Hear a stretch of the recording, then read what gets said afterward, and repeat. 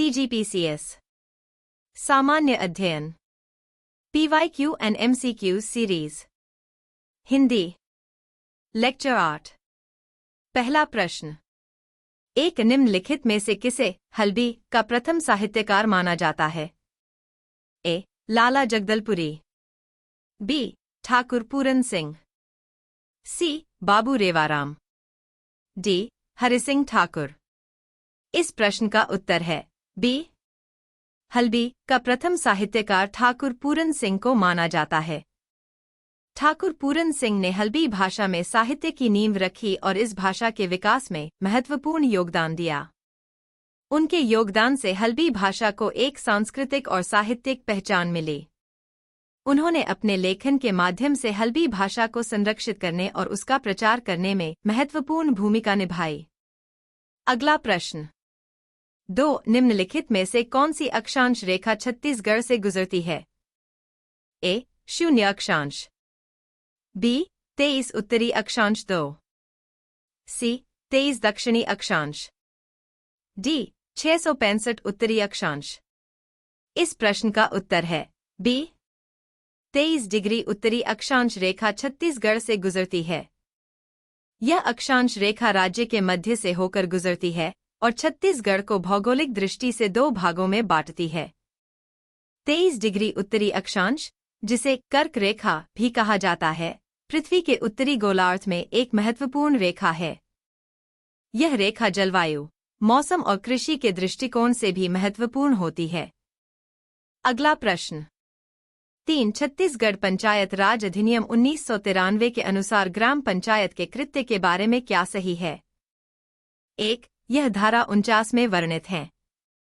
2. धारा 49 में 30 उपधाराएं हैं। 3. मांस के विक्रय तथा परीक्षण का विनियमन। 4. सार्वजनिक वितरण प्रणाली के अंतर्गत उचित मूल्य की दुकानों की स्थापना, संचालन, देखरेख एवं निगरानी करना।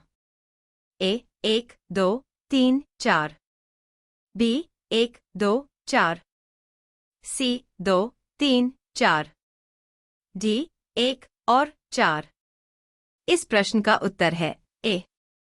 छत्तीसगढ़ पंचायत राज अधिनियम 1993 के अनुसार ग्राम पंचायत के कृत्य धारा 49 में वर्णित हैं। इसमें 30 उपधाराएं हैं, जिनमें विभिन्न प्रकार के कृत्य और कार्यों का उल्लेख किया गया है। इन कृत्यों में मांस के विक्रय तथा परीक्षण का विनियमन और सार्वजनिक वितरण प्रणाली के अंतर्गत उचित मूल्य की दुकानों की स्थापना, संचालन, देखरेख एवं निगरानी करना भी शामिल है।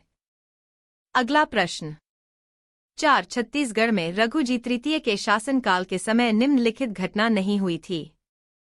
ए. सती प्रथा उन्मूलन, बी. धमधा के गोंद राजा का विद्रोह, सी. नरबली पर रोक, डी. ब्रिटिश यात्री जॉर्ज फॉरेस्टर का छत्तीसगढ़ आगमन। इस प्रश्न का उत्तर है डी. छत्तीसगढ़ में रघुजी तृतीय के शासनकाल के समय ब्रिटिश यात्री जॉर्ज फॉरेस्टर का छत्तीसगढ़ आगमन नहीं हुआ था। जॉर्ज फॉरेस्टर ब्रिटिश प्रशासनिक अधिकारी थे और उन्होंने 19वीं सदी के अंत में छत्तीसगढ़ का दौरा किया, जो रघुजी तृतीय के शासन के बाद हुआ। रघुजी तृतीय के शासन में सती प्रथा उन्मूलन, धमधा के गोंड राजा का विद्रोह और नरबली पर रोक जैसी घटनाएं हुई थीं। अगला प्रश्न 5 छत्तीसगढ़ में रोका छेका अभियान 2023 शुरू किया गया। ए.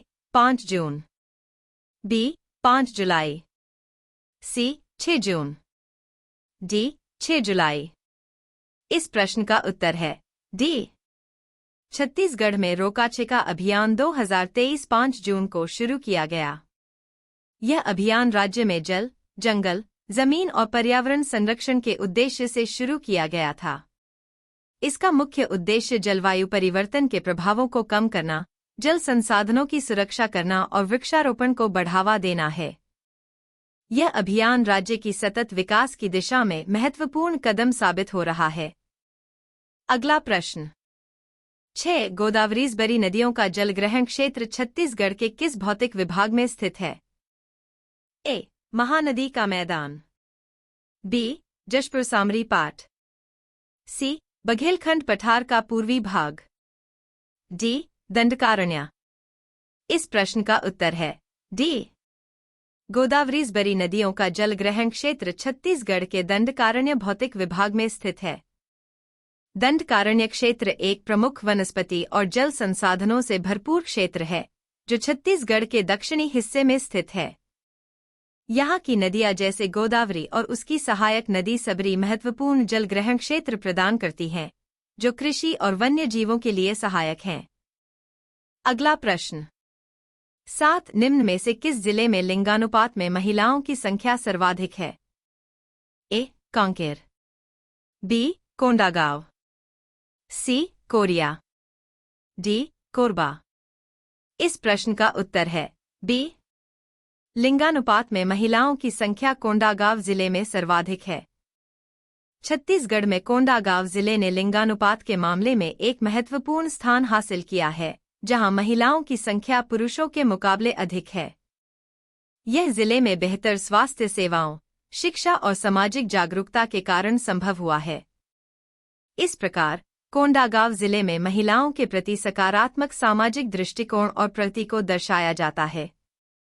अगला प्रश्न, 8 प्रतिवर्ष किस तिथि को छत्तीसगढ़ी राजभाषा दिवस मनाते हैं? ए. 1 नवंबर, बी. 14 नवंबर, ई. 27 नवंबर, डी. 27 नवंबर। इस प्रश्न का उत्तर है डी। छत्तीसगढ़ी राजभाषा दिवस प्रतिवर्ष 27 नवंबर को मनाया जाता है। यह दिन छत्तीसगढ़ी भाषा को राजभाषा के रूप में स्वीकार किए जाने की याद में मनाया जाता है। 27 नवंबर 2000 को छत्तीसगढ़ राज्य के गठन के बाद छत्तीसगढ़ी को राज्य की आधिकारिक भाषा के रूप में स्वीकार किया गया था। इस दिन को मनाने का उद्देश्य छत्तीसगढ़ी भाषा और संस्कृति के महत्व को बढ़ावा देना और इसके संरक्षण को सुनिश्चित करना है।